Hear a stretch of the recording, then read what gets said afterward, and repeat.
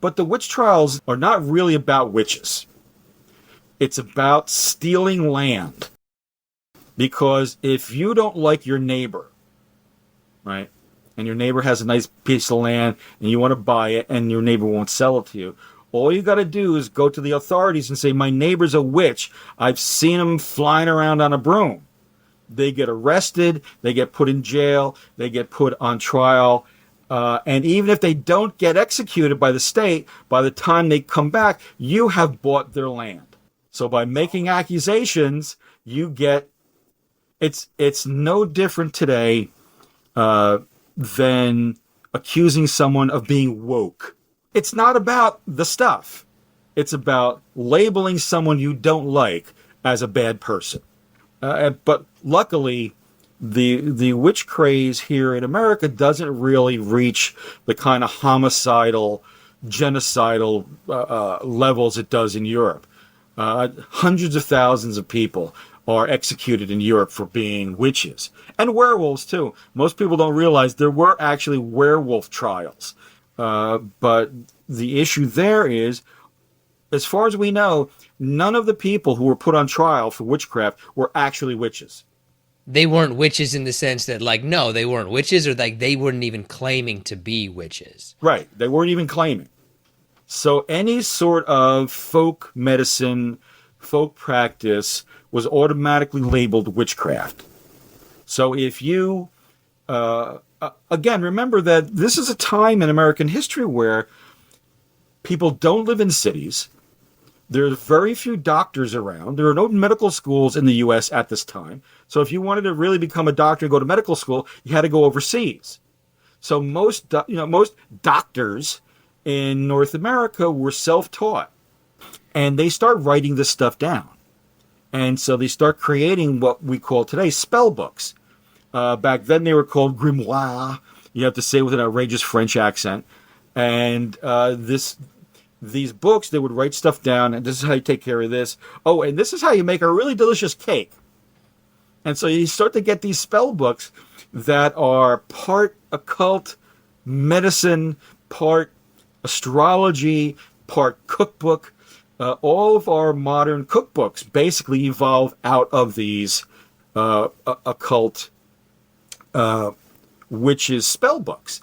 And we don't think of a cookbook today as as some sort of sorcery, but that's where it all comes from. And so it's in that way that occult practice spreads throughout U.S. culture. Are there some occult ideas that have kind of crept into the mainstream? Like you would say, like, oh, that's kind of an occult idea that is now more in the mainstream society. Well, astrology is the easy example of that. Astrology comes over with those early settlers, early immigrants. One of the things that it gets involved in back in Europe is medical astrology. You go to a doctor, the first thing they ask you is, what's your birthday? And then they cast your horoscope. And by casting your horoscope, this is a little convoluted, so you got to stick with me. By casting your horoscope, they can figure out what's wrong with you and how to fix it. And the fixing didn't involve like blood transfusions or anything like that.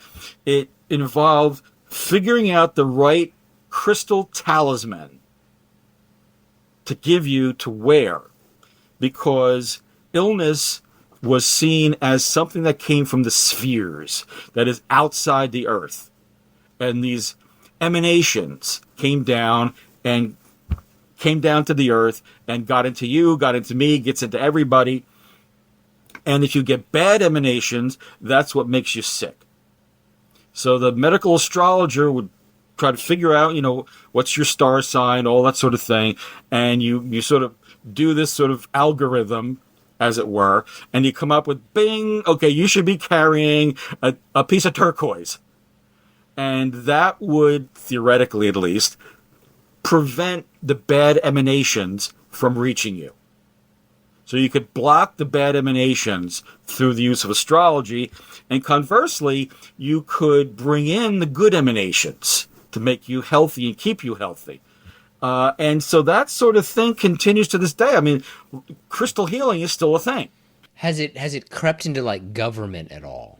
Well, Ronald Reagan had a personal astrologer. Yeah, that's pretty high up there, right? When you got the president of the United You States. can't get much higher than President of the United States. And so if the president can believe in this, I'm willing to bet. I don't have any evidence. I can't say a name only because I don't know. But I would not be surprised if we find out that there's a number of current elected officials in our government who believe this stuff is real.